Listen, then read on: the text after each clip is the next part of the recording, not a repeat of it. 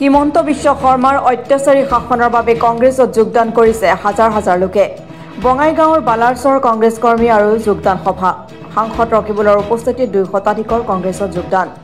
বঙাইগাঁও জিলাৰ বালাৰছৰ ৰাজীৱ ভৱনত কংগ্ৰেছৰ কৰ্মী আৰু যোগদান সভা অনুষ্ঠিত হয়। জিলা কংগ্ৰেছৰ সভাপতি আবুল কাছেমৰ পৌৰহিত্যত অনুষ্ঠিত সভাত সাংসদ ৰকিবুল হুছেইন উপস্থিত থাকে।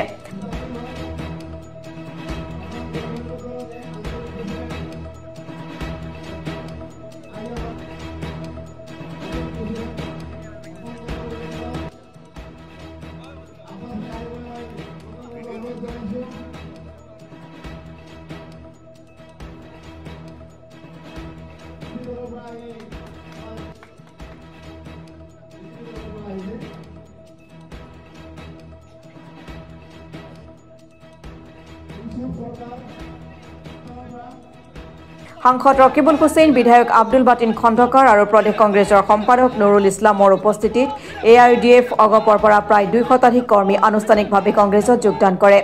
কংগ্ৰেছত যোগদান কৰা সকলক ফুলাম গামোচাৰে আদৰণি জনাই সাংসদ ৰকিবুল হুছেইনে। সাংবাদিকৰ লগতে হোৱা সাক্ষাৎকাৰতে সাংসদ ৰকিবুল হুছেইনে কয়, হিমন্ত বিশ্ব শৰ্মাৰ অত্যাচাৰী শাসনৰ বাবে হাজাৰ হাজাৰ লোক কংগ্ৰেছত যোগদান কৰিছে। মিয়াৰ ভোট নালাগে বুলি কোৱা হিমন্ত বিশ্ব শৰ্মাই এতিয়াই মিয়াৰ ঘৰে ঘৰে ঘূৰিছে। ইয়াকে কয় ঠেলাৰ নাম বাবাজী। ৰাজভৱনৰ সন্মুখত 163 ধাৰা জাৰি কৰা সন্দৰ্ভত বিনাশকালে বিপৰীত বুদ্ধি বুলি কয়।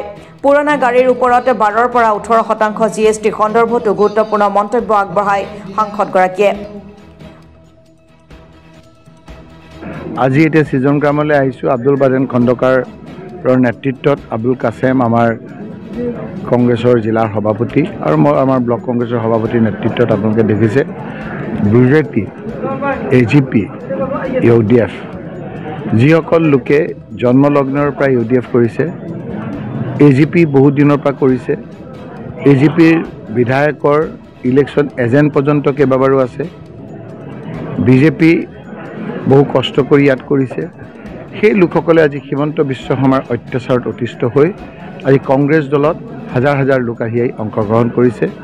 আৰু এইটো এটা মানুহৰ খুব যিমান ইলেকশ্যন ওচৰ চাপি আহিব আপোনালোকে চাব, সকলো জাতি জনগোষ্ঠীৰ মানুহে হিমন্ত বিশ্ব শৰ্মাৰ অত্যাচাৰ সহিব নোৱাৰি কংগ্ৰেছ দলত অংশগ্ৰহণ কৰিছে আৰু BJP বিৰোধী এক পৰিৱেশ আজি আমাৰ ইয়াত সকলোফালে বিৰাজ কৰিছে। তেওঁৰ আজীৱন তেওঁৰ শত্ৰু বুলি জ্ঞান কৰা আজি মিয়াৰ ওচৰ চাপিবলৈ বাধ্য হৈছে। এইটোকে কয় যে এতিয়া ঠেলাৰ নাম বাবাজী।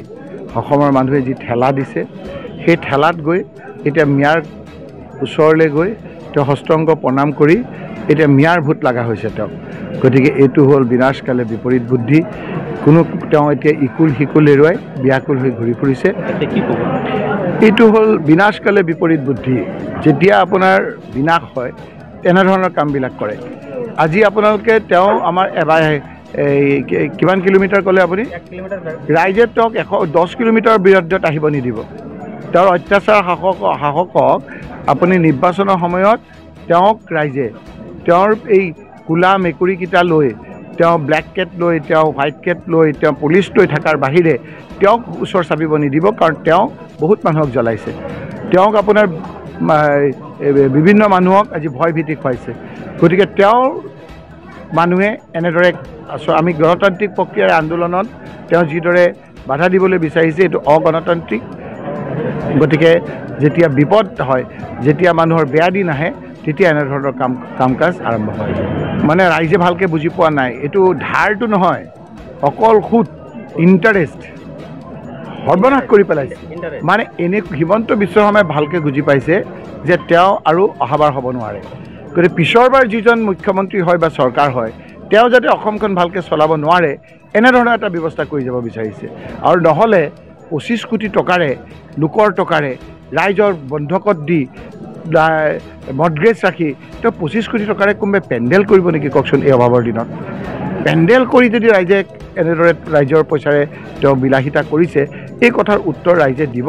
আৰু সেইকাৰণে তেওঁ অসমখনক সকলো ফালৰ পৰা শেষ কৰি গৈ তেওঁ জানে যে তেওঁ ক্ষমতালৈ নাহে, বেলেগ আহিলেও যাতে বিপদত পৰে, সেইকাৰণে এনেধৰণৰ এটা ব্যৱস্থা কৰিছে য'ত 42,000 কোটি টকা, কিমান ক'লে আপুনি? 42,000 কোটি টকা কেৱল ইণ্টাৰেষ্ট। মূল আছে EMIত ভিতৰে দিওঁ আমি, মূল আপোনাৰ আছে 1,50,000তকৈ বেছি কোটি টকা ধাৰ আছেই। মানে প্ৰথমেতো আদানী আম্বানীৰ লগত তেওঁলোকৰ সম্বন্ধ। ধনী মানুহে যিবিলাক গাড়ী কিনে তাতো বিভিন্ন ধৰণৰ টেক্স। এতিয়া দুখীয়া মানুহ যিসকলে ছেকেণ্ড হেণ্ড গাড়ী কিনে, পুৰণা গাড়ী কিনে, কোনোমতে পৰিয়ালটো চলে, সেই লোকৰ ওপৰতো 12 টকা আপোনাৰ আছিলে, এতিয়া 18% টেক্স কৰিছে। 18% টেক্স পুৰণা গাড়ীৰ ওপৰত। পুৰণা গাড়ী কোনে কিনে? আদানী আম্বানীয়ে নিকিনে নহয়, কোনে কিনে? আপোনালোক কিনে, সাংবাদিকসকলে কিনে, আমাৰ দুখীয়া মানুহবিলাকে কিনে, খেতিয়কসকলে কিনে। খেতিয়কসকলৰ, দুখীয়া মানুহৰ, মধ্যবিত্তৰ ওপৰত এইটো এটা হেঁচা। গতিকে GST যিটো আপোনাৰ এই 12%ৰ পৰা 18% কৰিছে পুৰণা গাড়ী ক্ৰয় কৰাৰ ক্ষেত্ৰত, মই এইটো উঠাই ল'বৰ কাৰণে মই চৰকাৰক অনুৰোধ কৰিছোঁ। বিশেষ কৰি বিজেপিৰ যেটা স্বৈৰাচাৰী শাসন আৰু বিজেপিৰ চৰকাৰৰ যি মুখ্যমন্ত্ৰীৰ দমপালি আৰু দমনমূলক নীতি, এই নীতি আমি পৰাভূত কৰিবলৈ হ'লে আমি বিভিন্ন জাতি জনগোষ্ঠী একত্ৰিত হৈ আমি কংগ্ৰেছ আই দলক একমাত্ৰ দল, ভাৰতবৰ্ষৰ একমাত্ৰ দল কংগ্ৰেছ আই দল, এই দলৰ হাত মজবুত কৰিব লাগে। এই দলৰ হাত মজবুত কৰি আমি বিজেপিক পৰাভূত কৰিব লাগে আৰু আগন্তুক দিনত বিজেপিক পৰাভূত কৰি আমাৰ ওপৰত হোৱা অত্যাচাৰ নিপীড়ন যি চলি আছে, এইটো আমাৰ সময়ৰ আহ্বান। সেই সময়ৰ আহ্বানক মূল্য দি আমি কংগ্ৰেছ দলত যোগদান কৰিলোঁ।